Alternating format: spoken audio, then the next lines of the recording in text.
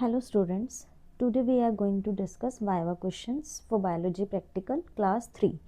ठीक है, last class में हमने डीएनए आइसोलेशन के ही कुछ क्वेश्चंस किए थे, उन्हें हम कंटिन्यू करेंगे। First question is what is spooling. Spooling क्या होता है? जब हम डीएनए को आइसोलेट करते हैं, मतलब कि जब आपने डीएनए में का जो सैंपल लिया है आपने, उसमें आपने जैसे इथेनॉल डाल दिया, चिल्ड इथेनॉल डालने के बाद आपका डीएनए सेपरेट हो जाएगा। वो सेपरेट डीएनए को जब आप उसमें से टेस्ट ट्यूब में से बाहर निकाल रहे हो, ठीक है, by the help of glass rod और वुडन स्टिक, तो वो जो आपने डीएनए को उसमें से आउट किया है टेस्ट ट्यूब में से, that step is known as spooling. तो ये डीएनए अब हमारे पास होगा कैसे? ये वाइट थ्रेड की फॉर्म में होगा। ठीक है, next question is what are nucleases. Nucleases क्या है? एज यू नो, डीएनए क्या है? Deoxyribonucleic acid. तो डीऑक्सीराइबोन्यूक्लिक एसिड में हमारे पास क्या होता है?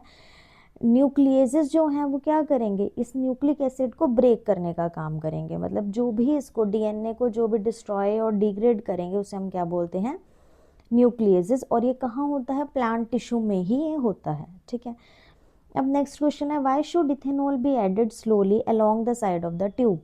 जब आपने टेस्ट ट्यूब में डीएनए आइसोलेशन वाले स्टेप्स कर रहे हो, ठीक है, तो उसमें हम क्या करते हैं? लास्ट जो स्टेप है इथेनॉल वाला, उसमें हम जो इथेनॉल है वो ऐड स्लोली करते हैं और उसकी साइड्स को टच करते हुए करते हैं, डायरेक्ट पोर नहीं करते।